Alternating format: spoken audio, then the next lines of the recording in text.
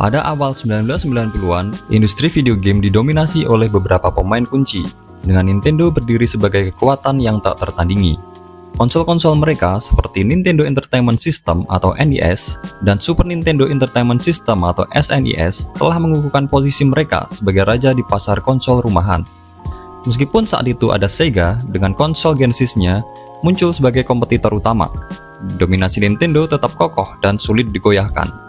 Pada era ini, teknologi cartridge masih menjadi media penyimpanan game yang bisa digunakan.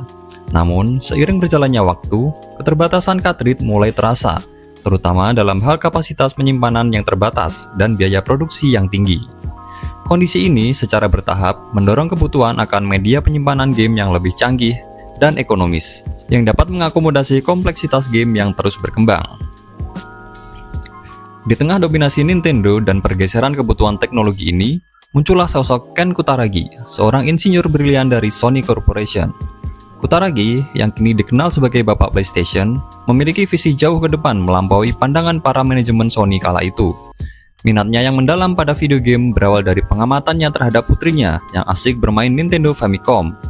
Pengalaman pribadi ini menjadi pemicu utama yang mendorong untuk secara diam-diam mengembangkan chip audio SSMP untuk konsol SNES. Sebuah langkah yang diambil tanpa sepengetahuan manajemen Sony yang saat itu tidak tertarik pada bisnis game.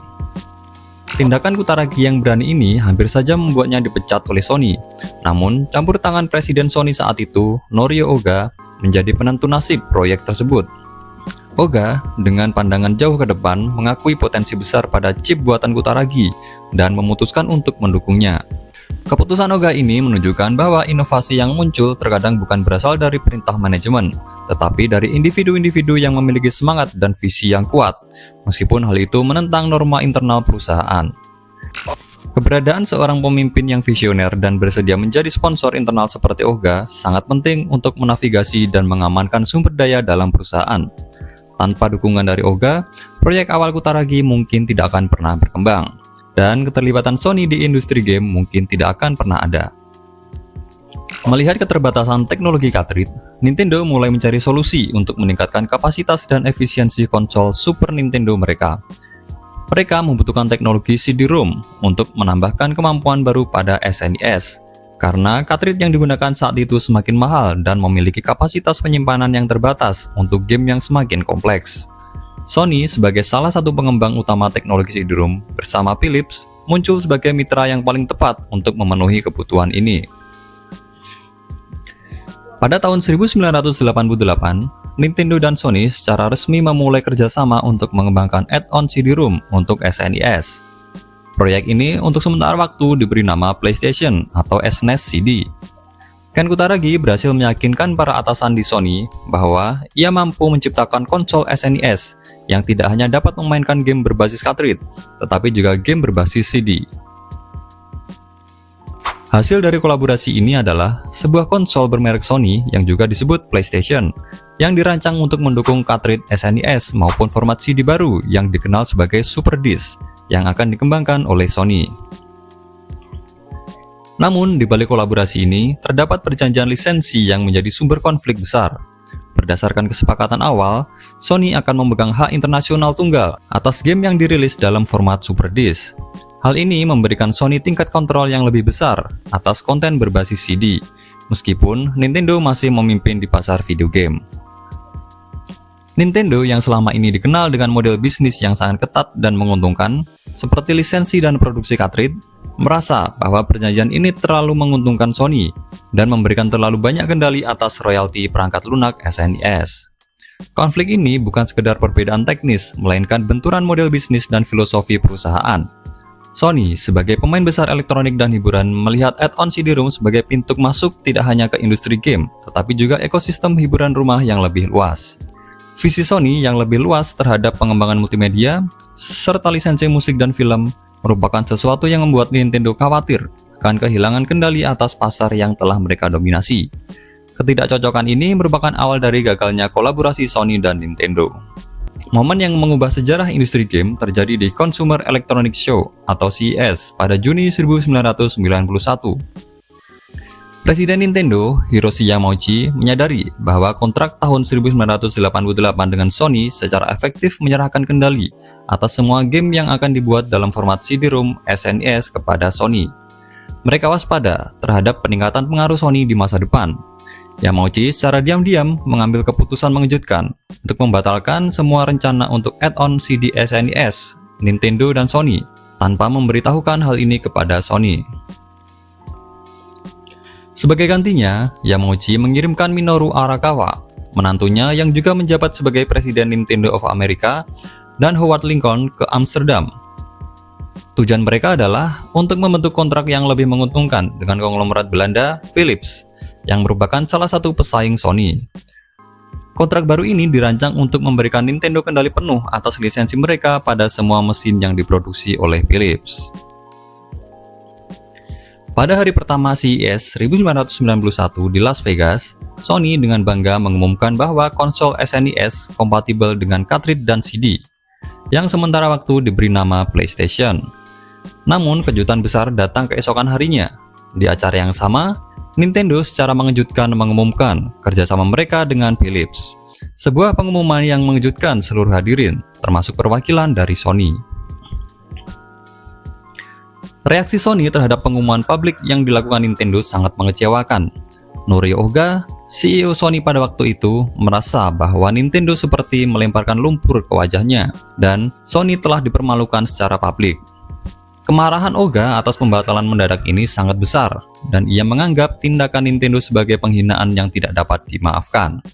Dalam sebuah pertemuan penting pada Juli 1991, Oga dengan tegas menyatakan bahwa Sony tidak boleh mundur dari tantangan ini. Kemudian, ia memerintahkan Ken Kutaragi untuk melanjutkan proyek pengembangan konsolnya sendiri, yang kini didorong oleh semangat untuk membuktikan diri. Peristiwa ini menunjukkan bahwa dampak psikologis dari sebuah pengkhianatan dapat menjadi pendorong yang sangat kuat dalam hal strategi bisnis.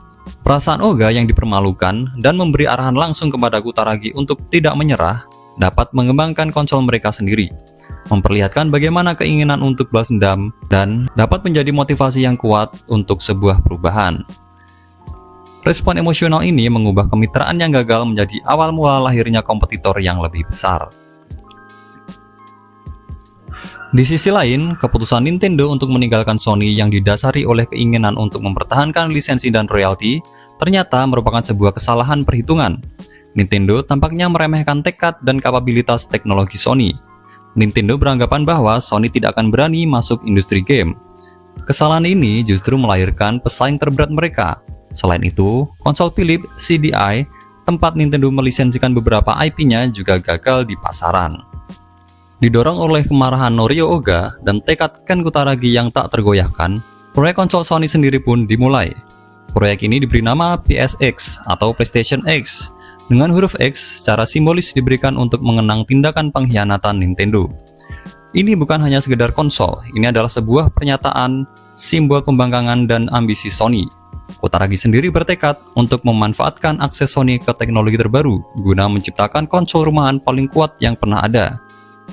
Visi Kutaragi untuk proyek PSX adalah mengembangkan konsol video game dengan grafis 3D dan teknologi 32-bit yang mutakhir pada masanya.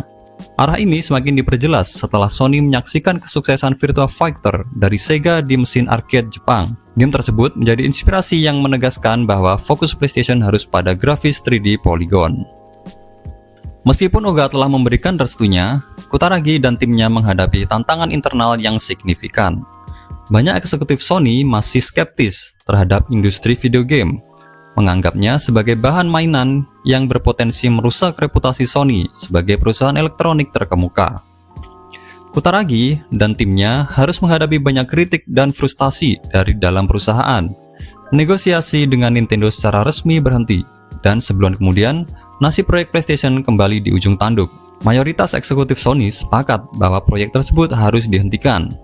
Namun dalam sebuah pertemuan, Kutaragi berhasil memujuk Oga dengan menanyakan, apakah Anda mau menerima penghinaan besar dari Nintendo? Argumen ini berhasil membangkitkan kembali tekad Oga yang akhirnya memutuskan untuk melanjutkan proyek PlayStation. Pada 3 Desember 1994, PlayStation dengan kode PSX diluncurkan secara resmi di Jepang. Peluncuran ini disambut dengan penerimaan pasar yang luar biasa. Konsol ini dengan cepat meraih popularitas besar, berhasil menjual 1 juta unit hanya dalam waktu 3 bulan di Jepang. Keberhasilan ini menempatkan PlayStation sebagai konsol pertama di dunia yang memecahkan rekor penjualan 100 juta unit. Setelah kesuksesan fenomenal di pasar domestik Jepang, Sony segera bersiap untuk melakukan pemasaran di Eropa dan Amerika Utara. Didukung oleh kampanye pemasaran yang sangat sukses, PlayStation dengan cepat mendapatkan pijakan awal yang kuat di pasar-pasar ini. Kecepatan dan skala peluncuran ini menunjukkan bahwa Sony tidak hanya memiliki produk yang menarik, tetapi juga aparat manufaktur, distribusi, dan pemasaran yang sangat efektif.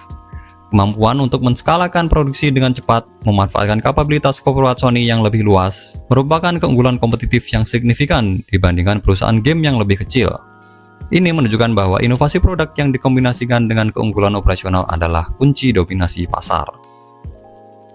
Kisah lahirnya PlayStation adalah narasi yang kaya akan drama, inovasi, dan persaingan sengit.